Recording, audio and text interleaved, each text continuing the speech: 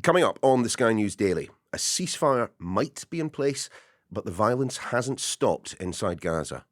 Why?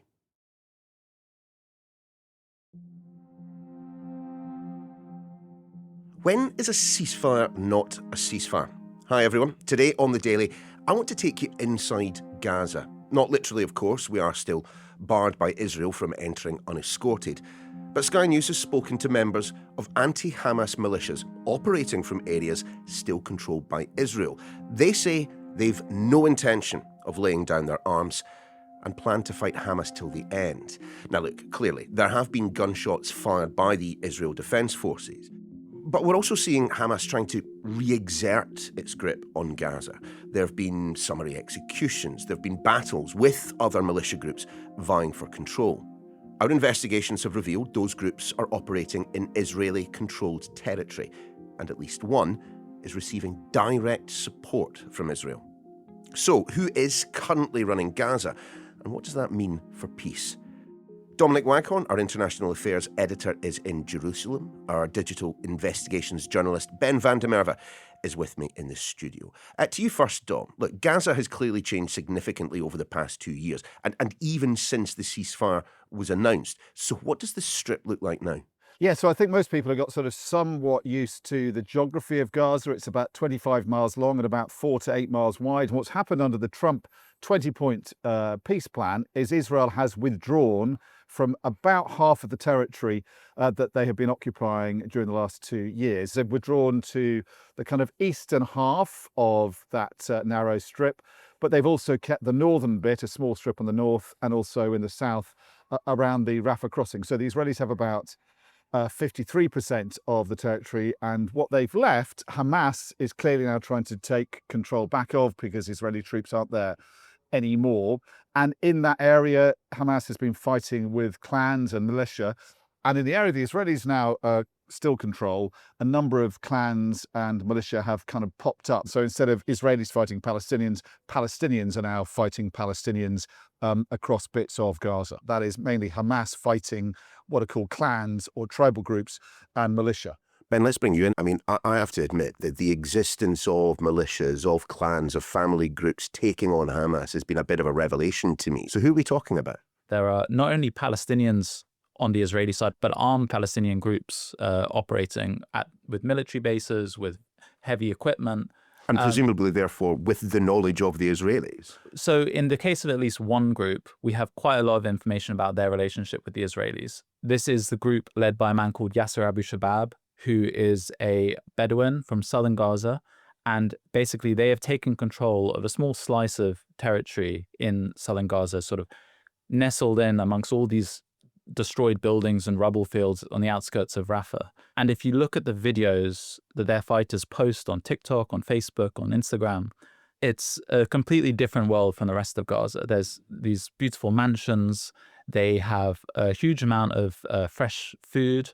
They have lots of bundles of cash. They have cigarettes. They have the newest iPhones. They have brand new vehicles. For the past 2 years, cigarettes have not been allowed into Gaza. New vehicles have not been allowed into Gaza. Phones are something that Israel has banned from importing into Gaza.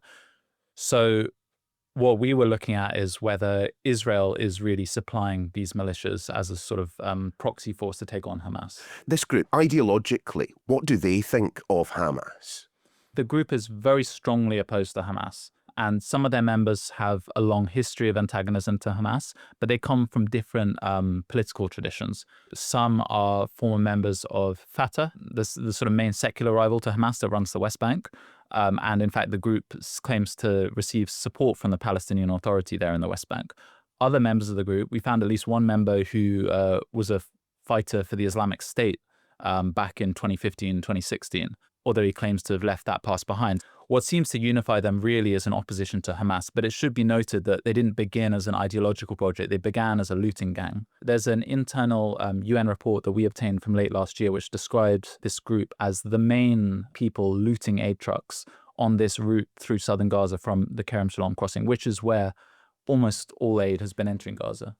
Dom, I thought Hamas was in complete control of the Gaza Strip. It is a complicated situation in Gaza, but you have to go back to 2007, where Hamas violently overthrew the control of the more moderate Fatah faction in Gaza and took complete control of the Gaza Strip. And then since then, it has ruthlessly suppressed any kind of opposition, any challenge to its rules. And then it has kept control using pretty sort of brutal methods, throwing people off the roofs of buildings, summary executions in the streets, and the rest of it. But obviously, it has lost that control during this 2-year occupation and the Israeli offensive, and it has been massively weakened. And so other groups have always existed there, and they have been, as Ben was saying there, anything from militia to families, criminal gangs. There's the Dogmouche family, who are in Gaza City, and they've always been a group, a sort of clan that has been a kind of rival to Hamas that has been tolerated.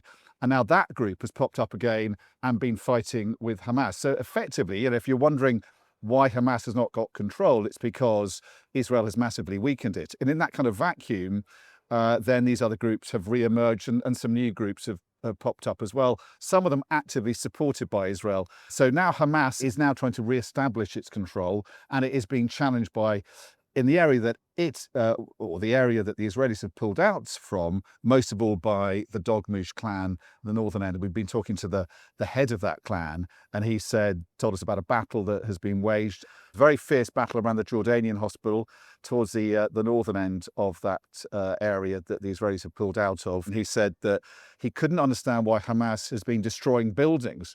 He said, I understand it when the Israelis are doing that. They're trying to force people out. They're trying to displace us.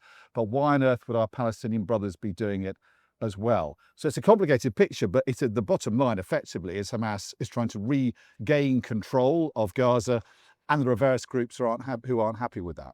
There's a few other groups that have become sort of increasingly prominent in the last few months, sort of spread all around from north to south of the Gaza Strip. But what's interesting is that aside from the group that's part of the Dogmouche clan in Gaza City, these other four, they are all based within the zone that Israel still controls. So in the far north, we've got a group which is based out of an abandoned school. They claim to control quite a lot of territory in the north, but we've not seen any evidence actually of them moving sort of more than 200 meters away from this school. Further south, there's the group that we spoke to who claim to have 1,000 men. Again, we don't have a confirmation of those numbers. And then there's another group in Khan Yunis, which is much more secretive, about which very little is known. Dom, look, I kind of feel we often gloss over this point. I mean, you've made it already. Israel is supporting these groups. I mean, how do we know that? Well, it's divide and rule, and that's obviously a principle of warfare and control that runs through history, and Israel has been using that, and it's used it to kind of avoid the possibility of the Palestinians getting their act together so they can have a state, something that Netanyahu is opposed to. He's opposed to the two-state solution. So Israel withdrew from the Gaza Strip, arguably its critics would say, so that Palestinians were divided forever between Hamas in Gaza and the Palestinian Authority and Fatah on the West Bank. And that principle of divide and rule, Netanyahu has openly admitted, is still being applied and actively being applied during this war. And it's clear that they have been funding and arming various groups, and there's been, it seems, disquiet in the Israeli military about that. And on Mako, one of the Israeli digital news websites, there are claims from Israeli soldiers that Hamas has succeeded in seizing dozens of pickup trucks, weapons and ammunition that Israel supplied to clans since the ceasefire. One of the Israeli officers quoted on this website says they silenced all opposition to the clans project. That's what he calls this effort to give weapons and money to some of the clans in Gaza by the Israelis. It was clear that this would be a failure we'd pay for, and because of pressure from the political echelon, we fell in line. So obviously this has been going on. Not all Israeli soldiers and commanders have been happy with it. And, you know, in the minds of these Israeli military sources who are critical of it, has backfired because it's given weapons and vehicles and money to Hamas now that Israel has pulled out of part of Gaza. Ben, right now, we're not allowed into Gaza. So how have you been able to identify these groups, identify individuals within them with whom to speak, and then verify that what they're telling you is actually accurate? I mean, it is very difficult without international access to Gaza. I mean, obviously we have journalists there, but their mobility is very limited, and they can only do so much. So a lot of what we've been reporting has been relying on social media posts by sort of members of these militias, by people who have witnessed these events, and then us in the data and forensics unit sort of checking that these videos are from where they say they are, locating them, making sure that they're not old videos from some other conflict. And a lot of it is sort of finding people online to talk to who may have witnessed these events. So going through sort of thousands of different contacts that we've accrued, and reaching out to people in the hopes that someone might have seen what we're looking into. Just to add to what Ben is saying there, we've obviously been talking to our team in Gaza, and the sort of picture they are telling us about is a kind of a sense of sort of divided opinion really in Gaza. There are those who see Hamas as, even if they don't like Hamas and they don't like its Islamist rule, they see Hamas as the best chance of restoring some kind of order in Gaza, and they say they're coming out on the streets, they're going back to policing traffic, and in a sense their fighters are reassuring because there's been a huge amount of crime and chaos and dangerous things going on.